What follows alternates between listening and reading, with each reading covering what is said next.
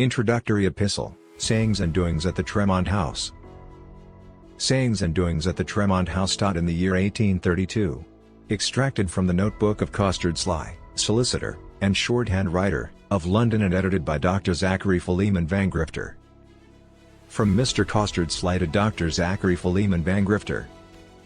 Tremont House, Boston. October 31, 1832. My dear Vangrifter, you will readily admit that a silent man makes but an indifferent coach mate. A taciturn guest may pass very well for once, but on the second or third visit, you cannot help feeling that he is a bore, and, thereupon, make up your mind to scratch his name out of your invitation book. I do not even accept a good listener, unless he happen to be, at the same time, a good laughter. Then, I grant ye, he is a man to be made much of. Now I, as a stranger, and as such, considering myself the guest of the people among whom I am staying, do not wish to pass for a dull, idle, good-for-nothing sort of person. I am proud to acknowledge that I have experienced many, and unexpected kindnesses, since I have been in this country.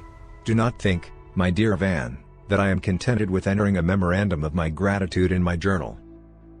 On the contrary, I have a strong desire to requite, in some measure, the civilities I have received at the hands of yourself, and your countrymen, by making myself as amusing and agreeable as possible, while I am here present among you.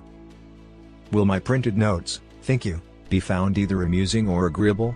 You say, yes. You have been good enough to laugh, and sometimes to cry, at my stories, you have chuckled over my sketches, you first encouraged me to take notes, you have frequently urged me to put them into print. Well, sir, I have followed one part of your advice. I have taken notes, I now send them to you. Put them into print, if you dare.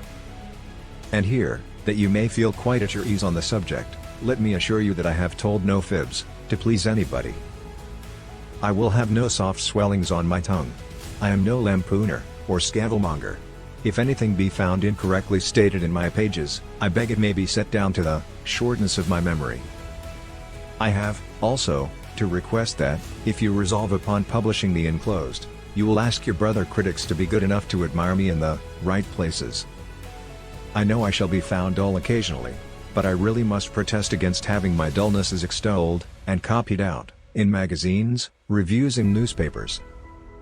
Praise injudiciously bestowed, has too frequently, even in our own days, been the ruin of young authors, young actresses, and young cooks.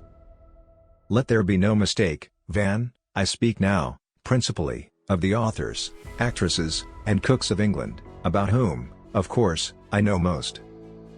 By the way, add a note to the reader, then he is at liberty to borrow as much wit, as he pleases, from the book, and to spend it liberally among those friends at whose houses he is most frequently invited to dine. But beg of him not to tell how any of the stories end. I would ask this as a particular favor, because I should like to be read by others as well as himself. Lastly, me dear Vangrifter, knowing your propensity to retail at second hand the good sayings of others, if you should ever be tempted to quote any of the opinions, matters, or things, herein recorded, take care that they come in aptly, and to the purpose, that you understand what you do quote, and that no essential words are left out.